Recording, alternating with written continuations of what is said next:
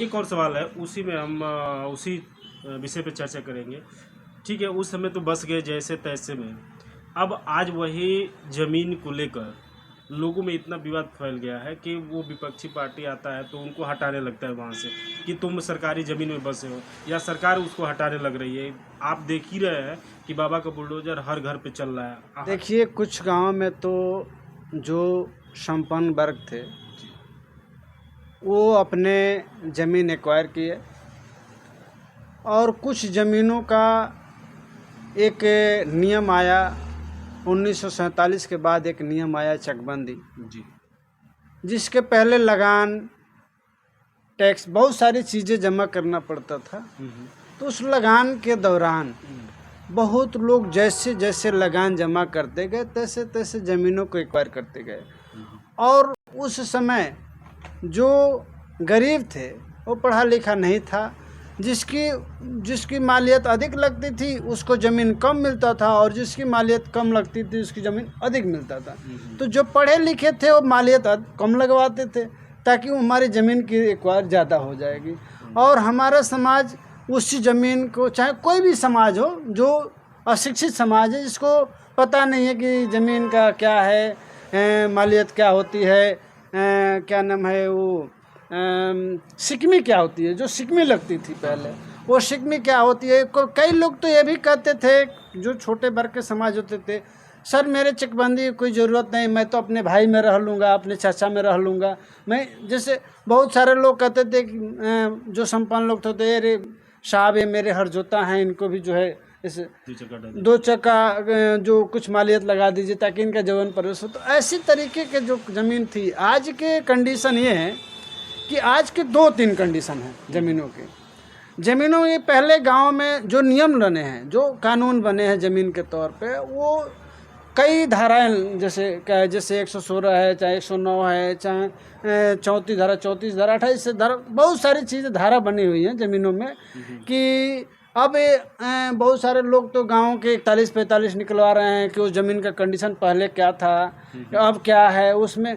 ये क्या है ना, ये कुछ लोग तो गांव में धन उगाही के काम कर रहे हैं। अच्छा, जैसे वो जाते हैं 2-4 दिन जाना आना तय हो गया, तहसील पर जाना, थाने पर जाने लगे, वो लोग जान गए कि ये ज़मीन कैसी है। वो लेखपाल जी लोग आए, बता दिए कि ये ज़मीन तो खलिहान है, ये ज़मीन खदगड्ढा है, ये शमशान है, ये जो है इस तरीके के सारी ज़मीन है, ये आबादी है। नई पड़ती, अब इस सिलसिले में नई पड़ती चल रही है, नई पड़ती सरकारी ज़मीन है, जबकि ऐसा नहीं है। जबकि बहन जी ने 2007 में सरकार बनी थी, बहन जी, तो बहन जी एक नारा दी थी कि जो ज़मीन सरकारी है वो ज़मीन हमारी है।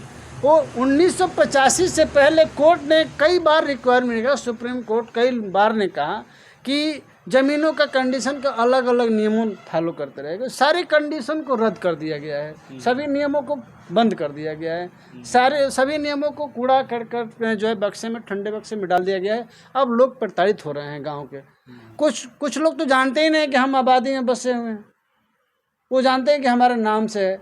सरकार कई नीतियों द्वारा ज़मीन को एक्वायर कराना चाहती है लेकिन सफल नहीं हो पा रही। अभी एक नियम चला, अंश निर्धारण।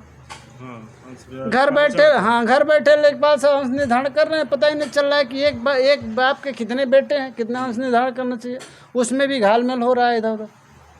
कई बार तो वसीयतनामा और वरासतनामा में भी जो है इधर उधर हो रहा है। तो इस कंडीशन में लोग नुक्सा खोज रहे हैं, जो तहसील पर आने जाने लगे हैं। कुछ लोगों से परिचय हो गया है, कुछ वकीलों से परिचय हो गया है, मिली जुली सरकार में एप्लीकेशन दो भाई, भाई आपका घर इसमें है, अगर नहीं देते हैं कुछ खर्चा बर्चा हमारा तो हम आपके घर ढवा देंगे। कुछ ऐसे धन उगाही हो गया, कुछ वोट के लेकर हो रहा है। पार्टी बनाने में हर गांव में गोल बन गया है, पार्टी फलाने की ज़मीन ऐसी है, उसमें वोट हमको नहीं देंगे तो इस तरह से करेंगे। कुछ लोग दुश्मनी करना चाह रहे हैं। कुछ लोगों की ये है कि कुछ लोग सहारा बन गए हैं किसी को लेकर, परजीवी नहीं होता है, परजीवी से लेकर ज़मीनी विवाद चल रहे हैं, बहुत सारी ज़मीन। और देखिए, मैं कह रहा हूँ, मैं तो कई बार मैं थाने पे भी, चाहे सीओ साहब पे भी जाता हूँ, कोर्ट में भी जाता हूँ, तो मेरी एक सोच रहती है कि गरीब आदमी जब ज़मीन विवाद होता है तो भग के थाने पे जाता है। तो उसको, गरीब आदमी को न्याय, अगर न्यायालय जाता, कानून जानता तो सीधा न्यायालय में जाता, वो थाने में नहीं जाता। उसको ये लगता है कि हमारा न्याय थाने में हो जाएगा। अब मैं थाने साहब से भी, एसओ साहब से भी मैं कहता हूँ कि साहब देखिए, गरीब आदमी जानता है कि न्यायालय मेरा यहीं पे है, उसकी मदद की जाए। और वो बार बार यही कहते हैं कि मैं क्या मदद कर सकता हूँ, जब भू राजस्व की विवादें होती हैं वो भू राजस्व जानता है, हम लोग तो